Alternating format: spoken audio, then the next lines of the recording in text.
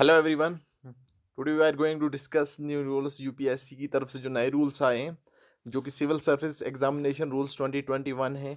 सो मैं आज आपके बारे में वो डिस्कस करूंगा जिसमें हम general information, vaccination, vacancies, reservation, number of attempts, nationality, age, qualification, fees, जो ये सब इसके अंदर किसकी कितनी रिजर्वेशन में क्या रहेगा, और जो नए रूल्स हैं इसमें कितने अटैम्प्ट्स दे सकते हैं हम, एजुकेशनल क्वालिफिकेशन पे क्या इन्होंने निकाला है, फ़ीस के बारे में कितनी फ़ीस भर सकते हैं, तो वो restricted applications, withdrawal of application, तो सारे एलिजिबिलिटी ऑफ अवेलिंग रिजर्वेशन।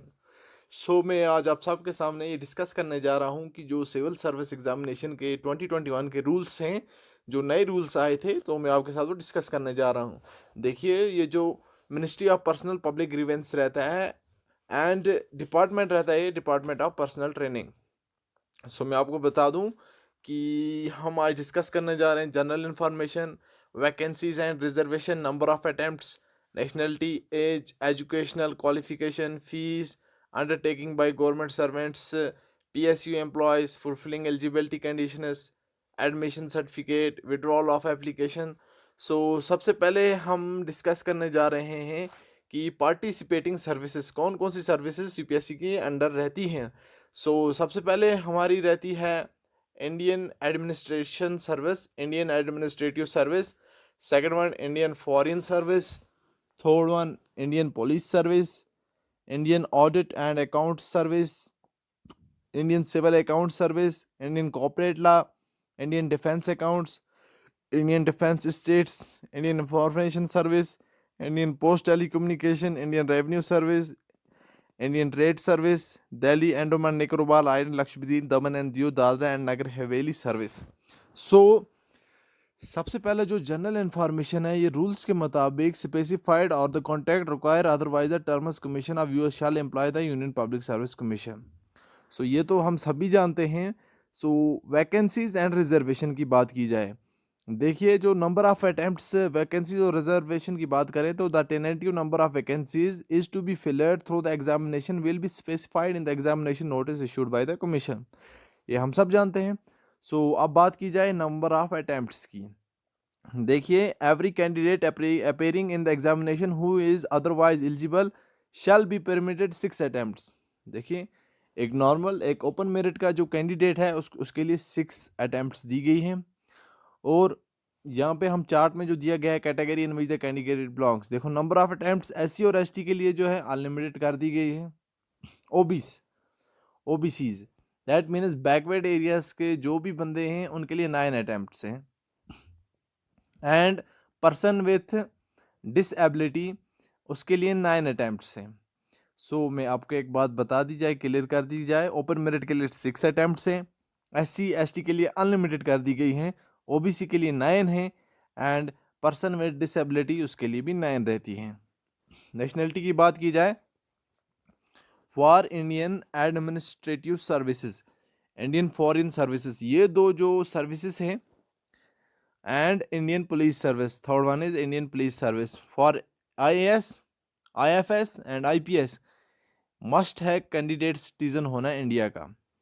इन तीन के लिए नेशनलिटी हमें इंडियन ज़रूरी चाहिए। For other service A candidate must be either a citizen of India और ए सब्जेक्ट ऑफ नेपाल और a subject of Bhutan.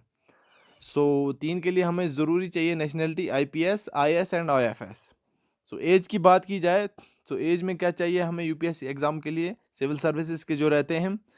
A candidate must have attained the age of 21, कम से कम हमें मिनिमम एज चाहिए 21 years, and must not have attained the age of 32 years. Max age हमें यहाँ पे 32 ईयर्स है, एंड मिनिमम एज हमारे पास 21 ईयर्स है। अपर एज में रिलैक्सेशन दी गई है, that is the upper age limit prescribed above will be relaxable. SC और एसटी के लिए इसमें भी रिलैक्सेशन दी गई है, एंड अदर बैकवर्ड क्लासेस के लिए भी हमें इसमें रिलैक्सेशन दी गई है। अब बात कर लेते हैं एजुकेशनल क्वालिफिकेशन की। देखिए, एजुकेशनल क्वालिफिकेशन, एक candidate must hold a degree of any of the universities incorporated by an act of the central or state legislator in India or other educational institutions. इसका कहने का मतलब ये है कि कैंडिडेट मस्ट पोजेस डिग्री, किसी भी यूनिवर्सिटी की डिग्री होगी चल जाएगी, और कोई भी परसेंटेज रहेगी वो वहाँ पे एक्सेप्टेड है। देखिए सिविल सर्विसेज के एग्ज़ाम में हमें जो डिग्री की परसेंटेज है उस पर ज़्यादा ध्यान नहीं दिया जाता है, ज़्यादा ध्यान दिया जाता है हमारे पेपर में कितनी हमारी परसेंटेज है, जो हम पेपर्स के एग्ज़ाम देते हैं उसमें हमें कितनी परसेंटेज है। अब बात कर लेते हैं minimum qualification marks and language. देखिए इसमें तो मैंने आपको पहले ही कह दिया कि इसके लिए कोई क्वालिफिकेशन में जो परसेंटेज है उसको उतना इंटरेस्ट नहीं देते हैं यूपीएससी वाले। अब मेडिकल एग्जामिनेशन की बात कर देते हैं। Candidate must be in good mental and bodily health. हमारी मेंटल हेल्थ एंड हमारा फिजिक ये दोनों फिट होना चाहिए। अगर हमें कोई भी इसमें डिसेबिलिटी रहेगी तो हमें उसके लिए सर्टिफिकेट दिखाना पड़ेगा और हमें उसी फील्ड में अप्लाई करना पड़ेगा। ऐसे medically person must be normal. Disqualification department disciplinary action criminal prosecution. देखिए ए कैंडिडेट हु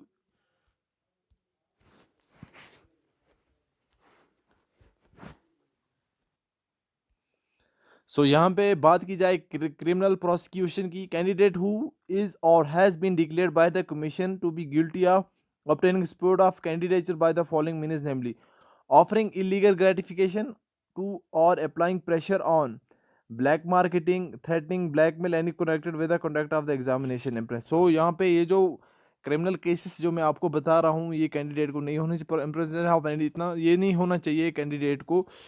हमारा जो क्राइम रिकॉर्ड है ये भी क्लियर रहना चाहिए। ये बहुत ही इंपॉर्टेंट फैक्टर रहता है हमारे एग्ज़ाम में अपीयर होने के लिए कि हमारा जो रिकॉर्ड है वो बिल्कुल क्लियर रहना चाहिए। इसमें जो डिक्लेरेशन ऑफ रिजल्ट्स हैं, declaration of allocation to service cadre for IAS and IPS. देखिए IAS and IPS arranged by the commission in the order of merit और determined by the aggregate marks finally awarded to each candidate in the main examination. हमारे mains के examination के जो हमारे पास जो percentage रहेगी वही हमारी फाइनल परसेंटेज रहेगी। हमारी डिग्री की परसेंटेज का इसके साथ कोई टच नहीं है। कैटेगरी अगर चेंज करनी होगी तो वो हम कर सकते हैं, उस कंडीशन के साथ ही हम अप्लाई कर सकते हैं, तभी हम चेंज कर सकते हैं। ये बहुत ही इंपॉर्टेंट रूल्स जो थे 2020